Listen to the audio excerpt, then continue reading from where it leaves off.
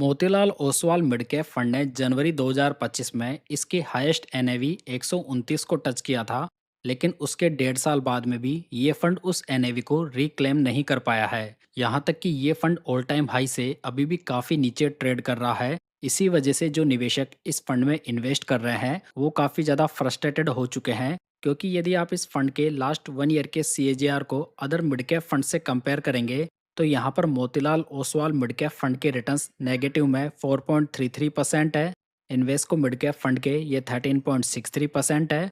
HDFC mid cap fund के देखें तो ये 9.08% है। एचएसबीसी मिड कैप फंड को देखें तो इसने 23.79% के रिटर्न्स बनाकर दिए हैं। वहीं पर इडेल्विस एंड निप्पॉन के भी काफ़ी बढ़िया रिटर्न्स हैं। तो यहाँ पर देखें तो most of mid cap funds ने लास्ट 1 ईयर में शानदार रिटर्न्स बनाकर दिए हैं। लेकिन मोतीलाल ओसवाल ने यहाँ पर भी नेगेटिव में रिटर्न्स डिलीवर किए हैं। अगर दोस्तों यहाँ पर फंड के सीएजीआर रिटर्न्स को देखें तो ये लास्ट 10 ईयर्स में 17.84% है, जो कि बेंचमार्क से कम हो चुके हैं। जहाँ पर इसकी रैंक भी 19 फंड्स में से 9th हो चुकी है। लास्ट 5 ईयर्स में फंड के रिटर्न्स 23.36% है, जहाँ पर तो इसकी पूरी कैटेगरी में फर्स्ट रैंक है। लास्ट 3 ईयर्स में फंड के रिटर्न्स 19.16% है, जहां पर भी ये fund benchmark and category average से अंडर परफॉर्म कर रहा है। यहां पर फंड की रैंक 41 फंड्स में से 31st हो चुकी है। लेकिन लास्ट 1 ईयर में फंड ने नेगेटिव में 4.33% के रिटर्न्स डिलीवर किए हैं। वहीं पर लास्ट 6 मंथ्स में फंड के रिटर्न्स नेगेटिव में 5.62% है। तो दोस्तों यहाँ पर फंड ने लास्ट 1 ईयर और 6 मंथ्स में लास्ट रैंक अचीव की है।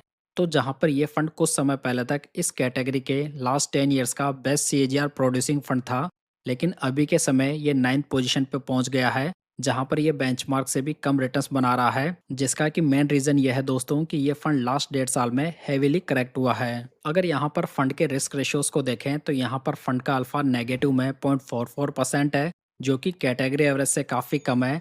दोस्तों बीटा रेशियो ये बताता है कि फंड अपने बेंचमार्क के कंपैरिजन में कितने ज़्यादा रिटर्न्स बना रहा है। तो यहाँ पर ये फंड का नेगेटिव में है। बीटा की बात करें तो ये 0.95 है और कैटेगरी एवरेज का 0.96 है। बीटा रेशियो जो होता है वो किसी फंड की वॉलेटिलिटी को मेजर करता है। तो यहाँ पर फंड का बीटा तो बढ़िया माना जा सकता है। वहीं पर फंड का साप रेशियो 0.69 है। दोस्तों साप रेशियो ये बताता है कि फंड कितने रिस्क फ्री रिटर्न्स बनाकर दे रहा है। तो ये भी कैटेगरी एवरेज से काफ़ी कम है। दोस्तों जो किसी भी फंड के रिस्क रेशियोज होते हैं वो लास्ट 3 ईयर्स के एवरेज रिस्क रेशियोज होते हैं। तो देखा जाए तो लास्ट 3 ईयर्स में फंड की परफॉर्मेंस में गिरावट नजर आई है। तो इसका नेगेटिव इम्पैक्ट इसके रेशियोज पे भी पड़ा है, जो कि अभी के समय काफ़ी ज़्यादा खराब दिखाई दे रहे हैं। अगर यहाँ पर फंड का अपसाइड कैप्चर रेशियो देखें तो ये 90 है, जो कि कैटेगरी एवरेज के मुकाबले कम है। दोस्तों अपसाइड कैप्चर रेशियो ये इंडिकेट करता है कि फंड अपने बेंचमार्क के बढ़ने के साथ में कितना ज़्यादा ऊपर की ओर जाता है। तो यहाँ पर ये कैटेगरी एवरेज से कम है, यानी कि ये फंड बेंचमार्क के बढ़ने के साथ में थोड़ा कम बढ़ता है। वहीं पर यदि डाउनसाइड प्रोटेक्शन को देखें तो ये फंड की 92 है और कैटेगरी एवरेज की ये 93 है। दोस्तों डाउनसाइड प्रोटेक्शन ये बताता है कि फंड बेंचमार्क के गिरने के साथ में कितना ज़्यादा करेक्ट होता है। तो यहाँ पर फंड का डाउनसाइड प्रोटेक्शन तो कैटेगरी एवरेज के आसपास ही है, जो कि ठीक माना जा सकता है। दोस्तों यदि आप म्यूचुअल फंड में मास्टर बनना चाहते हैं और म्यूचुअल फंड के सभी कॉन्सेप्ट को बहुत ही आसान भाषा में सीखना चाहते हैं, जिसमें कि mutual fund selection, portfolio review और एसआईपी के सभी एस्पेक्ट्स को मैंने इस म्यूचुअल फंड ई बुक में कवर किया है। तो यदि आप इसमें इंटरेस्टेड हैं तो आप इसे डिस्क्रिप्शन बॉक्स या पिन कमेंट से डाउनलोड कर सकते हैं। चलिए दोस्तों वीडियो पे आते हैं और फंड का पोर्टफोलियो देखते हैं, जहां पर कि हमें ओनली 26 स्टॉक्स दिखाई देंगे, यानी कि यहाँ पर पोर्टफोलियो में काफ़ी कम स्टॉक्स मौजूद हैं। यहाँ पर यदि हम टॉप 10 स्टॉक्स का वेटेज देखें तो ये 54.47% है, यानी कि यहाँ पर टॉप 10 स्टॉक्स में काफ़ी ज़्यादा कॉन्सेंट्रेशन है, जो कि काफ़ी ज़्यादा रिस्की हो जाता है। अगर यहाँ पर पोर्टफोलियो का पीबी रेशियो देखें तो ये 4.99 है और यहाँ पर फंड का पीई रेशियो 43.75 है।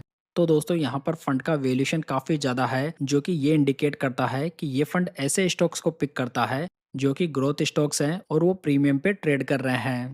मतलब कि जो ग्रोथ स्टॉक्स होते हैं वो हाई डिमांड की वजह से हमेशा प्रीमियम पे ट्रेड करते हैं। तो मार्केट बढ़ने के साथ में ये स्टॉक तेजी से ऊपर जाते हैं, तो मार्केट करेक्शन में इनमें गिरावट भी काफ़ी तेज आती है। अगर यहाँ पर फंड की प्रेजेंट कैश होल्डिंग को देखें तो ये 6.63% है, यानी कि फंड ने इतना पैसा कैश में होल्ड किया हुआ है। वहीं पर फंड का टर्नओवर रेशो 91% है। तो दोस्तों यहाँ पर फंड का टर्नओवर रेशो काफ़ी ज़्यादा है। किसी फंड का टर्नओवर रेशो हमें ये बताता है कि फंड मैनेजर पोर्टफोलियो स्टॉक्स में एक साल में कितने ज़्यादा चेंजेस करता है, तो फंड के टर्नओवर रेशो को देखकर हमें ये आइडिया लग रहा है कि यहाँ पर स्टॉक्स में काफ़ी ज़्यादा फ्रिक्वेंट बाइंग एंड सेलिंग की जाती है, जिसकी वजह से यहाँ पर काफ़ी ज़्यादा रिस्क भी बन जाती है। अगर यहाँ पर फंड का एसेट एलोकेशन देखें तो इन्होंने लार्ज कैप स्टॉक्स में 17.87% का एलोकेशन लिया हुआ है, मिड कैप स्टॉक्स में ये 75.50% है और स्मॉल कैप स्टॉक्स में यहाँ पर कोई भी एलोकेशन नहीं है।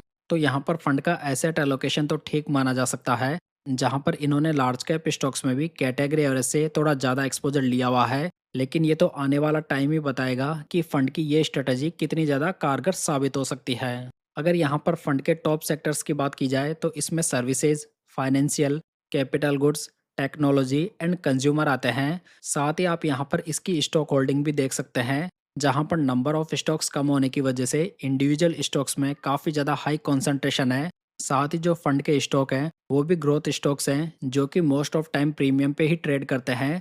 सो जब ये स्टॉक्स गिरना चालू होते हैं तो ये मार्केट के कंपैरिजन में काफ़ी ज़्यादा गिरते भी हैं। जैसे कि यहाँ पर यदि कुछ स्टॉक्स की बात की जाए तो यहाँ पर पेटीएम में 7.29% का एलोकेशन किया गया है। तो आप देख सकते हैं कि पेटीएम जैसी रिस्की कंपनी में काफ़ी बड़ा एक्सपोजर लिया गया है। कोफोर्ज में यहाँ पर 6.12% का एलोकेशन है। और हम देख ही पा रहे हैं दोस्तों कि इंडियन आईटी सेक्टर लास्ट कुछ समय में काफ़ी ज़्यादा करेक्ट हो रहा है। यहाँ पर यदि कल्याण ज्वेलर्स में इन्वेस्टमेंट देखें तो ये 5.98% है।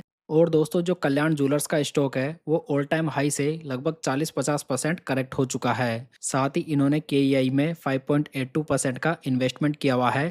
इथर्नल में यहाँ पर 5.80% है। और यहाँ पर टॉप स्टॉक्स में हमें एक और आईटी कंपनी देखने को मिलती है, जो कि है परसिस्टेंट सिस्टम, जिसमें कि 5.74% का एलोकेशन है। दोस्तों अभी कुछ समय पहले तक इस फंड ने काफ़ी कंपनीज आईटी सेक्टर से पोर्टफोलियो में रखी हुई थी, जहां पर हम सबको पता है कि एआई बूम के बाद में इंडियन आईटी कंपनीज की क्या हालत हो रखी है।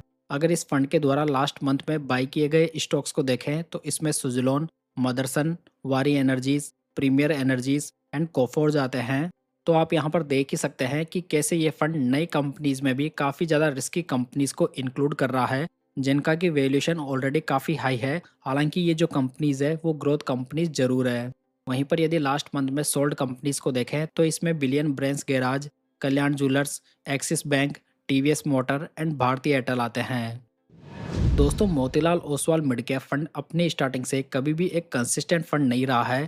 2022 से 2024 इसके लिए गोल्डन पीरियड रहा, जिसकी वजह से काफ़ी इन्वेस्टर्स ने इसमें इन्वेस्टमेंट भी शुरू किया, लेकिन इसके बाद में फंड की हालत ख़राब है। ये जो फंड है वो ग्रोथ स्टाइल ऑफ इन्वेस्टिंग को फॉलो करता है, इसी वजह से ये फंड हमेशा साइकिल्स में ही परफॉर्म करता है। इसी वजह से हमें यहाँ पर बहुत अच्छी कंसिस्टेंसी की उम्मीद नहीं करनी चाहिए। हालांकि ये बात जरूर है कि फंड ने जिस स्ट्रेटेजी का यूज़ करके इतने बढ़िया रिटर्न्स बनाकर दिए हैं, फंड अभी भी इसी स्ट्रेटेजी के ऊपर स्टक है। साथ ही जो प्रेजेंट टाइम का मार्केट है वो इस फंड की स्ट्रेटेजी को सपोर्ट नहीं कर रहा है। अभी के टाइम में देखें तो वही फंड अच्छा कर रहे हैं दोस्तों, जो कि वैल्यू इन्वेस्टिंग को फॉलो कर रहे हैं। सो यहाँ पर हो सकता है कि यहाँ पर रिकवरी में और थोड़ा टाइम लगे। ओवरऑल ये फंड उन इन्वेस्टर्स के लिए है जो कि 7 से 8 साल का टाइम होराइजन रखने वाले हैं, और वो भी एक्सट्रीम वोलेटिलिटी को सहन कर सकें। अगर आप ये दोनों ही नहीं कर सकते तो आपको इस फंड को अवॉइड ही करना चाहिए। तो दोस्तों ये थी आज की जानकारी। उम्मीद करता हूँ कि ये वीडियो आपको पसंद आया होगा। जानकारी अच्छी लगी हो तो इसे लाइक, कमेंट एंड शेयर जरूर कीजिएगा। साथ ही पूंजी गाइड यूट्यूब चैनल को सब्सक्राइब जरूर कर लीजिएगा। तो चलिए दोस्तों फिर मिलते हैं किसी नई इन्फॉर्मेशन के साथ।